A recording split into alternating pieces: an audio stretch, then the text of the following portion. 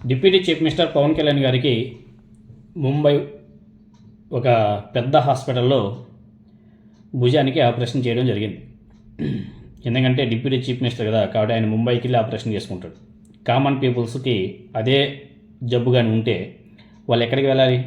వాళ్ళైతే ముంబైకి వెళ్ళలేదు కదా, ఏపీలోనో చిన్న చితకో హాస్పిటల్కి వెళ్ళి ఆపరేషన్ చేయించుకోవాలి. మరి పవన్ కళ్యాణ్ గారి దగ్గర డబ్బులు ఉన్నాయి, అదేవిధంగా అధికారం ఉంది కాబట్టి ఆయన ముంబై కాబట్టి అమెరికా కూడా వెళ్తాడు. మరి కామన్ ప్రజల పరిస్థితి ఏమిటి? మరి ముంబైలో ఆ ఫెసిలిటీస్ ఉన్నటువంటి హాస్పిటల్ని ఒక బ్రాంచ్ ఆంధ్రప్రదేశ్లో కూడా పెట్టమని చెప్పొచ్చు కదా, అధికారంలో ఉన్నారు కదా. అట్లా మంచి టాప్ మోస్ట్ హాస్పిటల్స్ అన్నీ కూడా ఆంధ్రప్రదేశ్లో పెట్టమని చెప్పేసి ఆ మేనేజ్మెంట్ని రిక్వెస్ట్ చేయొచ్చు కదా. కామన్ ప్రజలకు కూడా ఆ వైద్యాన్ని అందుబాటులోకి తీసుకురావచ్చు కదా. ఎందుకంటే ఇప్పుడు పవన్ కళ్యాణ్ గారు ప్రతిపక్షం కాదు, ఇప్పుడు అధికార పక్షం, అధికారంలో ఉన్నాడు, డిప్యూటీ చీఫ్ మినిస్టర్ పదవిలో ఉన్నాడు. కాబట్టి ఆ దిశగా కూడా అడుగులు వేస్తే చాలా బాగుంటుంది. ఎందుకంటే పవన్ కళ్యాణ్ గారికి అందినటువంటి వైద్యమే కామన్ పీపుల్స్, మిడిల్ క్లాస్ అందరికీ కూడా అందేలా ఈ కూటమి ప్రభుత్వం ప్రయత్నాలు చేయాలని చెప్పేసి మనస్ఫూర్తిగా కోరుకుందాం. అదేవిధంగా పవన్ కళ్యాణ్ గారు త్వరగా కోలుకొని మళ్ళీ అధికారంలో భాగస్వామ్యం కావాలని చెప్పేసి మనస్ఫూర్తిగా కోరుకుందాం. సరే, ఇంతవరకు బాగానే ఉంది. నిన్న ఎప్పుడో నారా చంద్రబాబు నాయుడు గారు ముంబై హాస్పిటల్కి వెళ్ళి పవన్ కళ్యాణ్ గారిని పరామర్శించారు. పరామర్శించిన తర్వాత ఏబిఎన్ రాధాకృష్ణ ఒక వార్త రాశారు. రేపే పనికి వస్తానంటే నేనే కొన్ని రోజులు రెస్ట్ తీసుకోమన్నాను చంద్రబాబు నాయుడు గారు. పవన్ కళ్యాణ్ గారు ఆపరేషన్ చేయించుకున్న మరుసటి రోజు నుంచే నేను డ్యూటీకి వచ్చేస్తాను అనేసి చంద్రబాబు నాయుడు గారు చెప్పారంట. చంద్రబాబు నాయుడు గారు వద్దొద్దు, నువ్వు రెస్ట్ తీసుకో అని చెప్పేసి పవన్ కళ్యాణ్ గారికి అడ్వైస్ ఇచ్చారంట. ఇక్కడ పదాలు చూడండి, రేపే పనికి వస్తానంటే పనేంద్ర నాయన, పరిపాలన అని చెప్పేసి రాయరా నాయన రాధాకృష్ణ. నీ మాటలో ఏంది ఆ పదాలు ఏంది? ఆయన ఒక డిప్యూటీ చీఫ్ మినిస్టర్, ఆయన ఆ వ్యక్తి గురించి నువ్వు రాసే పదాలు ఇవే? పవన్ కళ్యాణ్ గారు రేపే పనికి వస్తానని చెప్పేసి చెప్పుంటాడా? ఆ కండిషన్లో కూడా ఆయన ఆ మాట అని ఉంటాడా? అసలు ఆ పనికి అని చెప్పేసి ఆ పదాన్ని ఎలా వాడతారు? పరిపాలనకి అని చెప్పేసి రాయొచ్చు కదా.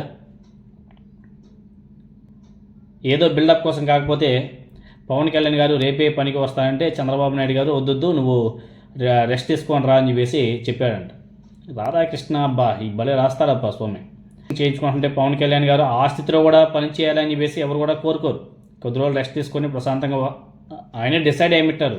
కానీ మన మీడియా అబ్బో నా స్వామి రంగా మామూలుగా ఉంటుంది మన మీడియాతో. మామూలుగా సరే పవన్ కళ్యాణ్ గారికి ఆపరేషన్ చేసుకున్న తర్వాత పనికి వస్తాను అనేసి పవన్ కళ్యాణ్ గారు చెప్పారని చెప్పేసి రాధాకృష్ణ మాట్లాడుతున్నాడు కదా. ఇప్పుడు 2 సంవత్సరాలు అయిపోయినాయి కదా అధికారంలోకి వచ్చి. పవన్ కళ్యాణ్ గారు బాగా ఉన్నప్పుడు, ఆరోగ్యంగా ఉన్నప్పుడే పవన్ కళ్యాణ్ గారు ఏపీలో ఎన్ని రోజులు ఉన్నాడు? వేలలో లెక్కించుకోవచ్చేమో. ఎన్ని క్యాబినెట్ మీటింగ్లకి అటెండ్ అయ్యాడు? వేలలో లెక్కించుకోవచ్చు, ఆరోగ్యంగా ఉన్నప్పుడే. మరి ఇప్పుడున్నటువంటి కండిషన్లో ఆంధ్రప్రదేశ్కి పవన్ కళ్యాణ్ గారు వస్తారా? ఇంకా ఫైల్ క్లియరెన్స్ సంబంధించి ఒకసారి మాట్లాడుకుంటే పవన్ కళ్యాణ్ గారికి 11వ స్థానం ఇచ్చారు, నారా లోకేష్ గారికి 9వ స్థానం ఇచ్చారు. వాళ్ళ మంత్రులుగా ఉండి వాళ్ళ ఫైల్ క్లియరెన్స్లో పవన్ కళ్యాణ్కి 11వ స్థానం. అంటే పవన్ కళ్యాణ్ గారు పరిపాలన ఎంత శ్రద్ధ చూపిస్తున్నాడో మీకు అందరూ కూడా అర్థం చేసుకోవచ్చు.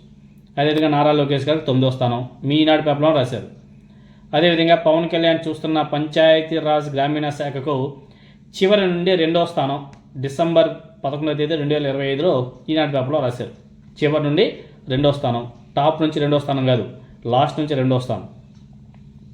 అదేవిధంగా ఈ మధ్యకాలంలో జనసేన వాళ్ళు పంచాయతీరాజ్ శాఖ కేంద్ర ప్రభుత్వం ఇదిగో ఈ అవార్డు ఇచ్చింది, ఆ అవార్డు ఇచ్చింది అని చెప్పేసి మాట్లాడతారు. అది ఇచ్చింది ఈ 2 సంవత్సరాలకు సంబంధించింది కాదు, 2023, 2024కి సంబంధించి కేంద్ర ప్రభుత్వం పంచాయతీరాజ్ శాఖ అవార్డులు కూడా ఇవ్వడం జరిగింది. దానికి సంబంధించి ఏదో కొంత అమౌంట్ కూడా ఇచ్చినట్టుగా ఉండరు కేంద్ర ప్రభుత్వం. అది ఇచ్చింది 2023, 2024 పంచాయతీరాజ్ శాఖ నిర్వహణకు సంబంధించి కేంద్ర ప్రభుత్వం ఇచ్చారంటే అవార్డ్స్. అవి మా పవన్ కళ్యాణ్ గారి వల్లే వచ్చాయి, మా ప్రభుత్వానికి సంబంధించినవి వచ్చాయని చెప్పేసి కొంతమంది డప్పారు కొట్టుకుంటారు. అదేవిధంగా జనసేన పార్టీ అఫీషియల్గా ట్వీట్లు కూడా చేసుకుంటుంది. జనసేన పార్టీ సోషల్ మీడియాలో కూడా బాగా పబ్లిష్ చేసుకుంటారు. అవన్నీ కూడా రాంగ్. 2023, 2024కి సంబంధించినటువంటి అవార్డ్స్ ఇప్పుడు వీళ్ళ అధికారంలో ఉన్నప్పుడు ఇవ్వడం జరిగింది.